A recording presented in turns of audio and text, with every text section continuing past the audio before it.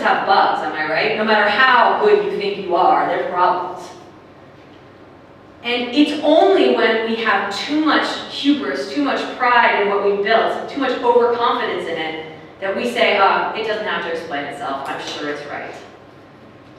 Right? Okay. So, let's talk more about the idea of unbiased decisions made by computer. Here's an interesting thing. Say I had a bunch of data about people. And I said, you know what I'm going to do? I'm going to strip out the columns of gender and race and religion and anything else I'm concerned about. I'm just going to not even show the computer those columns. Then it can't possibly make biased decisions, right? Is that true? It's actually not true. You know why? Because there are many proxies for that information. So maybe now it makes a decision based on zip code where you live. In the US you say that, like some areas of cities. I'm sure here's, like, if you look at the address someone lived in Cape Town, might that predict certain things about their religion or about their race? It might, right? So now you're deciding based on address, or maybe you're making decisions based on shopping habits or magazine reading or likes on Facebook. So you just can't get away from it. In fact, most of the machine learning experts who care about this accountability stuff that I talk to say it would be better to leave the sensitive attributes in the data so that then you can see these problems, patterns emerging, rather than just to pretend they're not there. And what are the rights of individuals when they're being decided about? Should I have the right to challenge a decision in my case? Who will listen to me? Say I applied for a job and I think they might have made a decision poorly about me.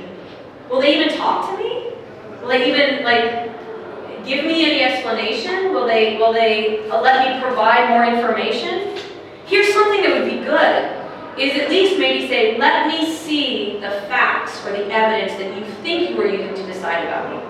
Has anybody ever looked at their profile in some kind of electronic system and basically said, I think you got me wrong? I'll give you, yes. People have had that happen, me too. If you look at Facebook, it has like demographic things about you. You can look at it and be like, maybe you're right, maybe you're wrong. There's this big company called Axiom that does tracking of people and sells those profiles. They don't have it anymore, but for a while they had a way where you could go in and look at how they classified you. And I can tell you they got me totally wrong. I think it's because maybe my shopping habits reflect gifts for other people or, whatever. But there's another example, that E-Verify system in the US that was supposed to be used to say whether you were legally allowed to work in the US or not. There were many thousands of people who were denied ability to work when it was just completely wrong.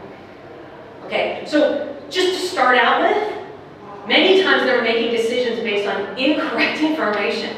So don't you think it would be nice at least to be able to look at what they thought about you and be able to say, you're right or wrong? Let me at least challenge the facts. Okay, then there's a whole other thing about, I'd like to provide alternate evidence. Say, for example, that you're using, for example, credit score as a proxy for you could be a responsible employee. Maybe I have a bad credit score because I had a child who had huge medical bills. Maybe sadly I don't even have that child anymore. What? Right, or maybe the child's better now, who knows? I would like to provide alternate evidence. That has nothing to do with me being a responsible employee or not. I'd like to, I can see why you're looking at this piece of data, but I'd just like to tell you, in my case, it's not useful. I'd like to provide you some alternate evidence. Do you think I should have that right?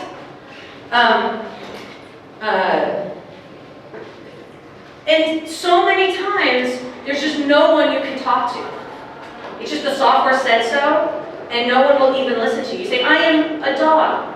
I am not a wolf. And you just scream it into the void, and no one listens, right?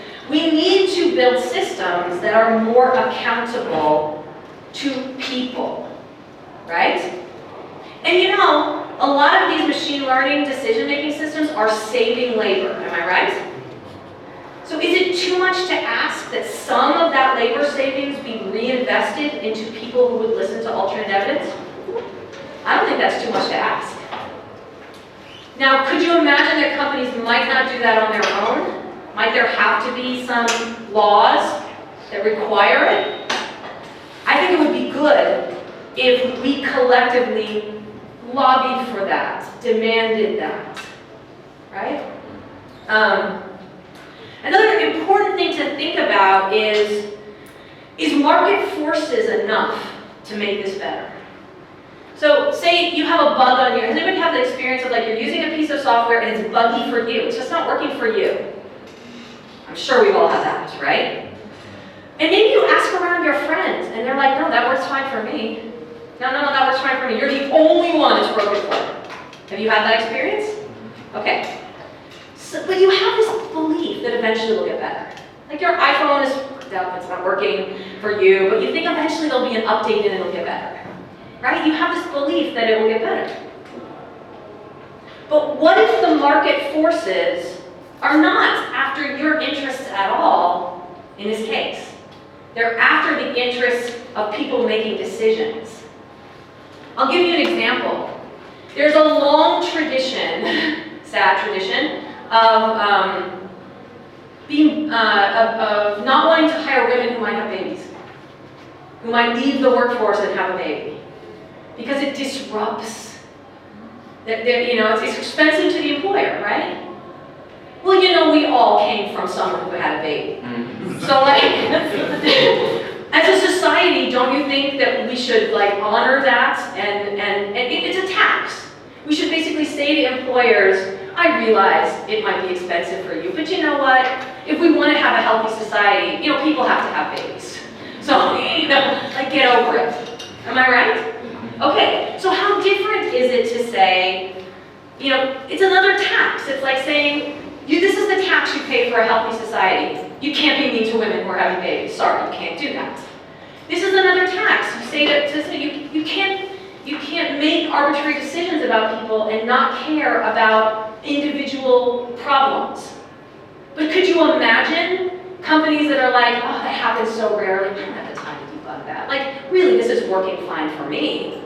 Like, for the most part, like, I'm allocating my credit, the loans I want to give out, and I'm getting a good return on my investment. And it would be really expensive to debug that one case where someone's life is ruined. And I don't care. Could you imagine that? I can imagine that, because debugging things is hard. So maybe we need some laws and policy that say, you have to provide explanations. And when there are problems identified, you have to debug them and diagnose them. But the question is, what type of information is enough to drive that?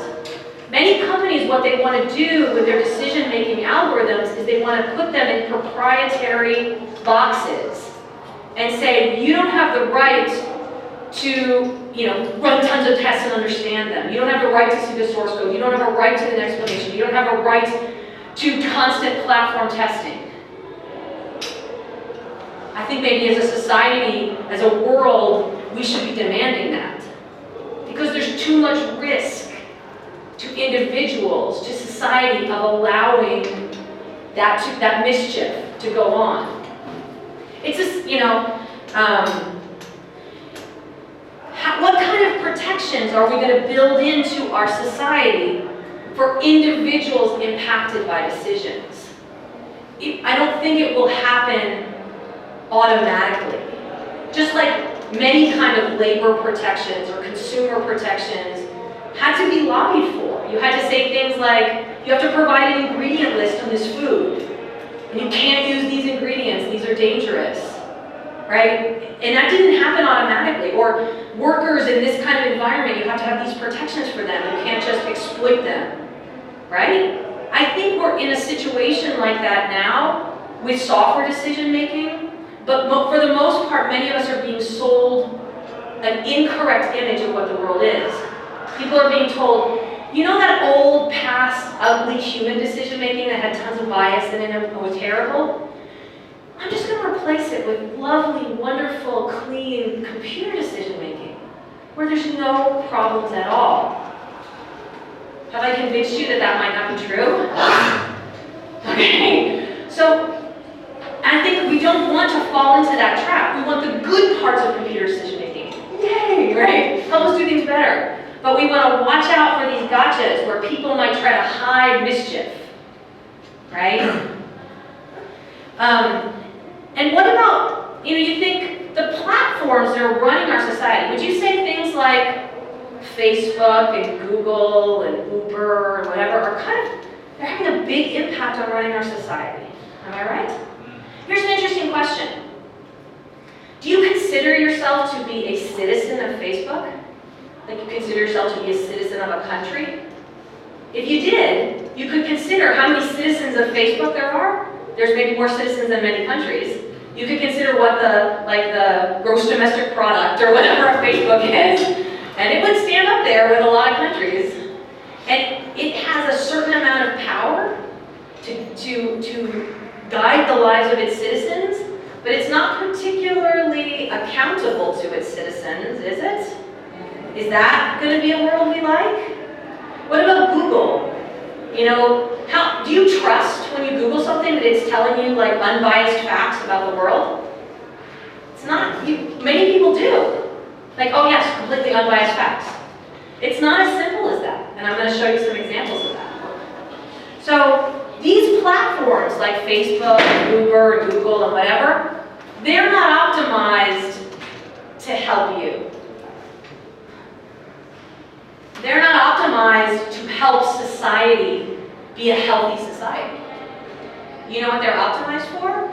They're optimized for engagement, money, yes, and they're also, which that's true, and then we take it one level lower, we say they're optimized for engagement. What that means is they want you interacting with their platform as much as possible. They want you in the seat watching them. That's why they're constantly popping up notifications like, come here, we miss you, give us your attention, come back. And that's sometimes why they show you what you want to see, maybe rather than what you need to see. You're like, you're in your little filter bubble, I'm not going to tell you anything challenging, I'm just going to show you the fun stuff and things you already agree with, because that won't make you mad and make you go away. Is that really the kind of thing that will give us a healthy society? It wasn't designed for that. But if we more and more are going to get our news that way, run our societies that way, maybe we have to start to think of ourselves as citizens of these platforms that need rights, that need protections, that need explanations, that need consumer protections and worker protection and all, right? Uber is a very interesting example. How they, in some sense, say we're not an employer. They try to treat drivers as customers. They're users too. They're not workers. And they play both sides of that coin when it's convenient. So there's many of these examples of where we are rapidly changing the underpinnings of our societies. Like, pretty different 10 years ago, really different now, getting different faster. And it is morphing the way we make decisions. It's the morphing the way we interact with one another. In some ways good, but some really hidden ugly things that people are not grappling with, they're not even labeling or thinking about as trouble. Yeah?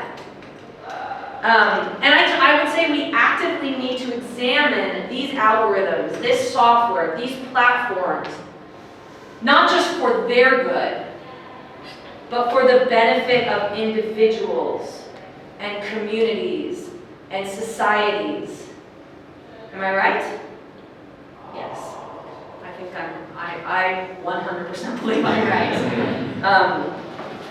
And I'm really excited to be here because I would love to understand better how these concerns that keep me up at night resonate here in the African context, right? Because sometimes, like, somebody explains a problem and they think it's a big problem, and I'm like, that's not a problem, that's a hangnail, I've got a gushing wound. Like, this is just not important, all right?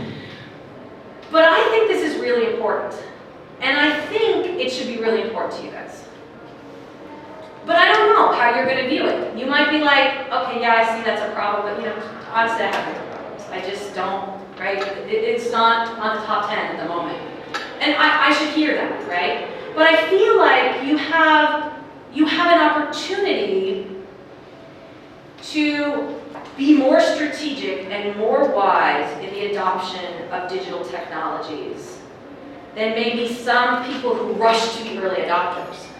Because you can kind of hang back and watch and say, okay, that was good, that not so good. We want to put some laws in place before we go all the way in. I don't know. It's hard. But I feel like, so many times I feel like, in the conversations I'm having in the US, like the horse is out of the barn and like down the road, miles and miles, there's no pulling that horse back to the barn. Like, what do we do now? So maybe you guys have more of a chance. And it's like Western democracies are crashing and burning at the moment, you might have noticed, because of a lot of these things, right? So who knows? Are they going to survive that? I don't know. There's a lot of big questions to be worried about here. Okay, so in this environment, I would say it's very essential to ask the question, what is the incentive for debugging and iterative improvement of these systems with respect to the interests of people being decided about, not just the deciders? I mean, I believe that market forces will take care of the deciders. If they don't like how something is, a product is, they'll buy a different product or they'll develop another one. I mean, in general, market forces do work well for that. But what I want to see is that, well, we'll come back to that point. If we don't have incentive for iterative improvement, for accountability, for explanation, for revealing the troubles, for working on them, if we don't put in place things that give us this feeling like eventually it will get better, we might be doomed to live on yucky, buggy software forever. And when I mean yucky, buggy software, I mean from the perspective of the benefit of society, the benefit of individuals. And I will ask the question, is it possible to achieve the best of both worlds of human decision-making and software decision-making, or are we doomed to get the worst of both? I'll give you an example of something I think is the best of both. I think it's possible. Human beings make well-known patterns of mistakes when they make decisions. They make snap decisions, they make different decisions, like I said, before and after lunch. They make decisions that kind of reinforce their own beliefs. And you could have a software system that gave you feedback about that. They could be like, have you noticed that you're being really nasty to people right now? Maybe you ought to go have a Snickers bar or whatever, and then come back to this. They could do that. They could watch for patterns of bias in human decision making. But what about an example of the worst of the worlds? Okay, let me elaborate a little more on the best of the world. Another best of the world would be computers are complex systems. They make stupid errors. They don't have any common sense. So they'll just march off a cliff without even knowing they are. And a human being can come in and have some intuition and say, that was really wrong in this situation. Like, you just weren't trained to do this. You were not prepared for this situation. And it could get iteratively better. Does that sound like an example of the best of both worlds? But I think this is an example of the worst of both worlds. We just learn from past ugly human decision making. We put it in a box, keep it ugly human decision making based on the past, and then tell everyone it's not that. It's now perfect, logical, unbiased decision made by computers. And we allow no question. Why do you do this? Because the software said so. Go away. That, I think, would be the worst of both worlds. You get the ugliness of human decision making in an unquestionable box. At least people, you can appeal to them. They might evolve in their understanding. You could say, please think of this other evidence, or societal patterns change. People evolve. They have better thoughts. They do better. But we could take that away and just have ugly decision making based on past decisions. So, okay, I don't want the worst of both worlds. I want the best of both worlds. Back to this idea about the interests of developers versus deciders versus those being decided about. So, if you have a rare bug in your software system, like We all build software